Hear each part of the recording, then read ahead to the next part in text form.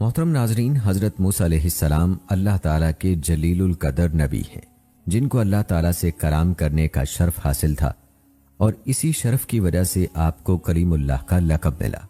नाजरीन, आपको बताते चलें कि हज़रत मूसा अलैहिस्सलाम की पैदाइश मिस्र में हुई और हज़रत हारून अलैहिस्सलाम आप अलैहिस्सलाम के हकीकी बड़े भाई थे।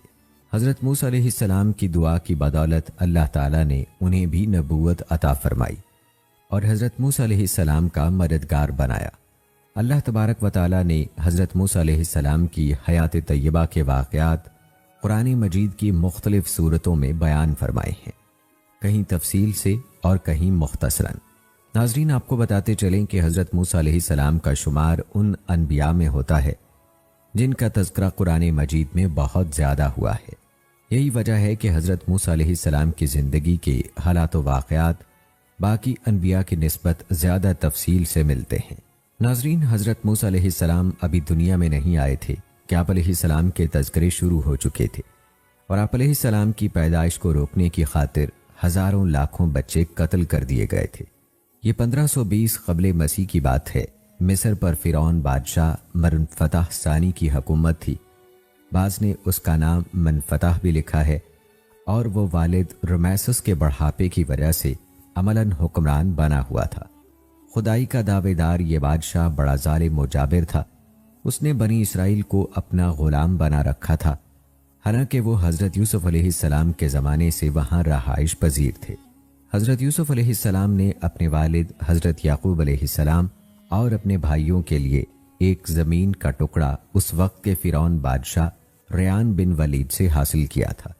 हज़रत याकूब अलैहिस्सलाम की यही नस्ल बनी इसराइल कहलाई, जो मिस्र में खूब फली फूली। ये लोग हज़रत याकूब अलैहिस्सलाम के दीन के पैरोकार थे। चुनांचे उस वक्त अल्लाह के नज़दीक ये सबसे बेहतर जमात थी। उन्होंने फ़िरौन को सरदा करने और उसे अपना रब मानने से इनकार कर दिया था। इसी वजह से बादशाह और उसके हवारी उन पर जुल्म और सितम के पहाड़ ढाते और उनसे घटिया काम करवाते। नाजरीन, ये था मुख्तसर तारुफ हज़रत मूसा अलैहिस्सलाम के ज़माने का। जहाँ तक बात है आप अलैहिस्सलाम के नाम व नसब की, तो हज़रत मूसा अलैहिस्सलाम का नाम और नसब मुबारक यूँ बताया जाता है: मूसा बिन इमरान बिन काहिस बिन आज़र बिन याकूब बिन इसहाक बिन इब्राहीम। नाजरीन, हज़रत मूसा अलैहिस्सलाम की पैदाइश का वाक़या बड़ा ही दिलचस्प और ईमान अफरोज़ है। इसलिए मूसा अलैहिस्सलाम के वाक़यात का आगाज़ इसी वाक़े के साथ करते हैं।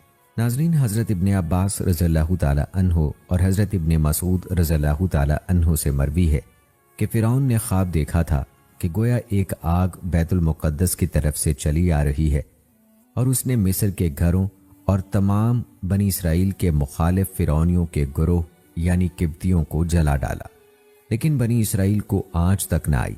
फ़िरौन ने बेदार होने के बाद अपने मुल्क के तमाम काहिनों, नजूमियों, जादूगरों और दीगर माहिरीन को जमा किया और सबसे इस ख्वाब की ताबीर मालूम की, जिस पर उन्होंने जवाब दिया, बनी इसराइल में एक बच्चा पैदा होगा और उसके हाथों अहले मिस्र की हलाकत होगी।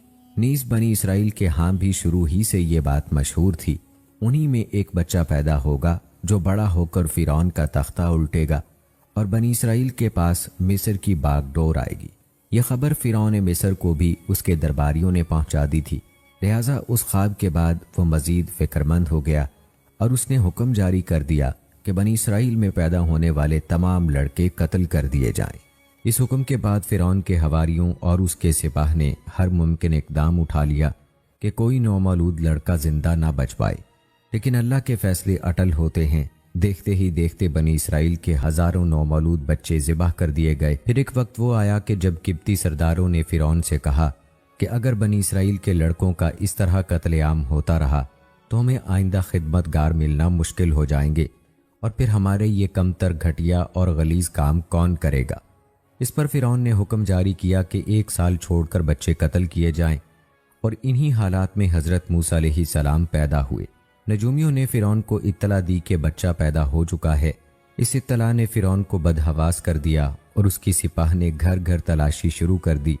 हज़रत मूसा अलैहिस्सलाम के भाई हारून अलैहिस्सलाम साल आमान में पैदा हुए थे, जबकि हज़रत मूसा अलैहिस्सलाम कत्ल वाले साल में पैदा हुए। مگر اللہ نے ان کی حفاظت کا سامان اس طرح فرمایا کہ ان کی والدہ پر معمول کے مطابق حمل کے آثار ظاہر نہیں ہوئے، جس سے فرعون کی چھوڑی ہوئی دائیوں کی نگاہ میں نہ آئیں۔ یوں ولادت کا مرحلہ تو خاموشی سے گزر گیا اور حکومت کے علم میں نہ آ سکا، لیکن ولادت کے بعد بھی قتل کا اندیشہ موجود تھا۔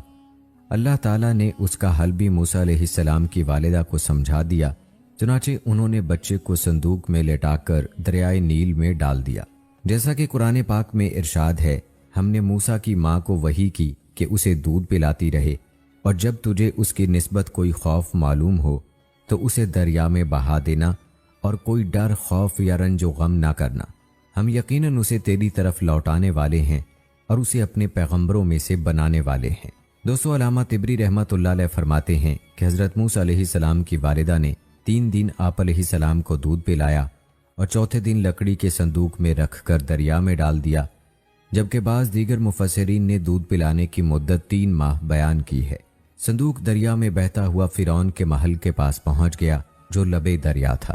فرعون کے نوکروں نے صندوق اٹھایا اور فرعون کی بیوی آسیہ کی خدمت میں پیش کر دیا۔ آسیہ بے اولاد تھیں، تو انہوں نے جب صندوق میں ایک حسین و جمیل چاند جیسے بچے کو لیٹے دیکھا تو فریفتہ ہو گئیں۔ بے اختیار بچے کو گود میں اٹھایا اور جلدی سے فرعون کے پاس لے گئیں اور بولیں، یہ میری اور تمہاری دونوں کی آنکھوں کی ٹھنڈک ہے، اسے قتل نہ کرنا، شاید یہ ہمیں فائدہ پہنچائے یا ہم اسے اپنا بیٹا بنا لیں۔ اہلیہ کی شدید خواہش کے پیش نظر فرعون نے بادل ناخواستہ پرورش کی اجازت دے دی۔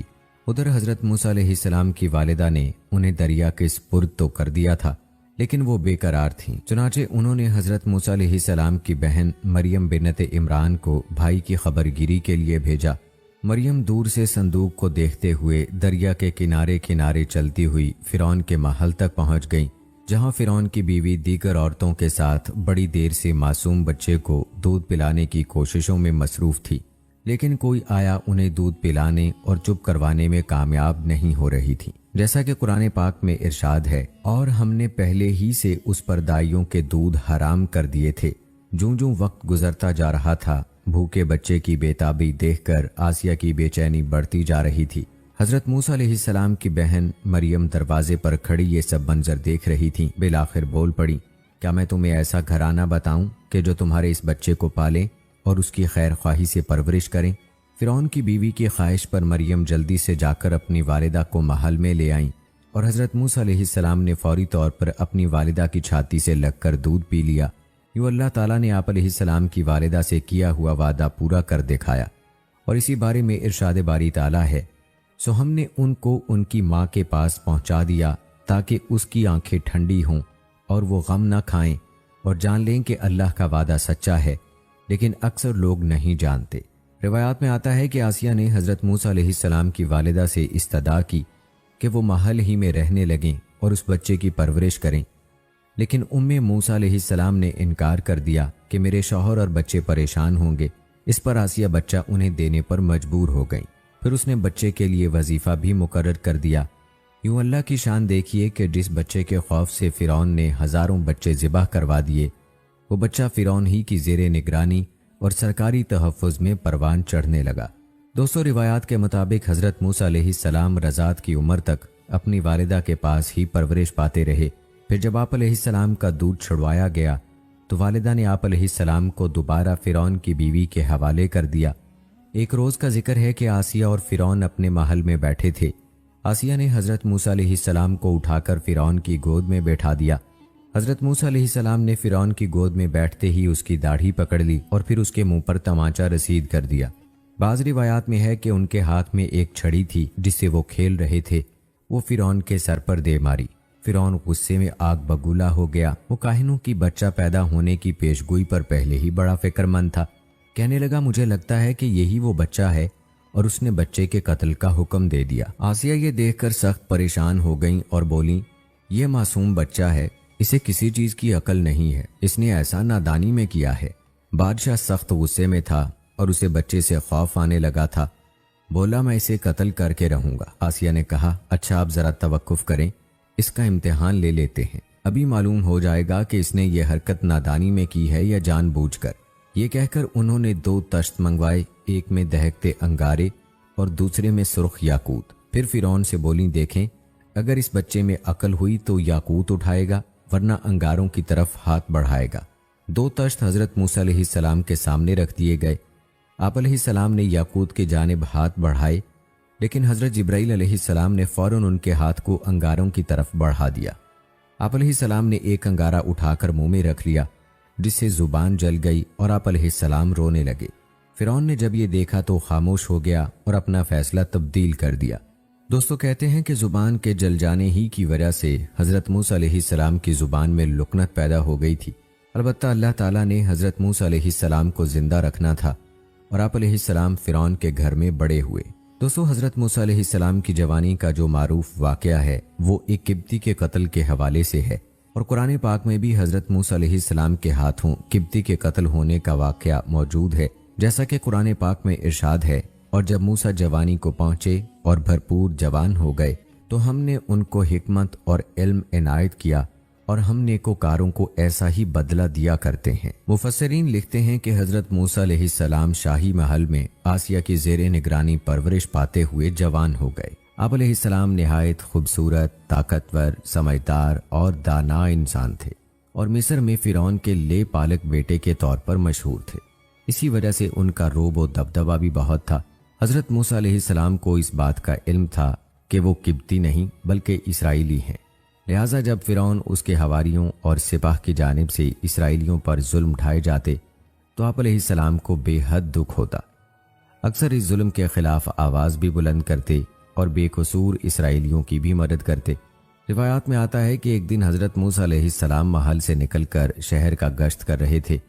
आप अलैहिस्सलाम ने देखा कि एक किब्ती किसी इसराइली को बुरी तरह से ज़दोकोब कर रहा है। ये मंजर देखकर आप अलैहिस्सलाम रुक गए। इसराइली ने जब आप अलैहिस्सलाम को देखा तो मदद के लिए पुकार उठा।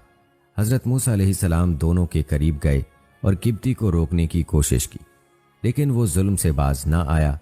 आप अलैहिस्सलाम काफ़ी देर तक इसराइली को छुड़वाने की कोशिश करते रहे, लेकिन किब्ती किसी तौर पर उसे छोड़ने के लिए तैयार ना था।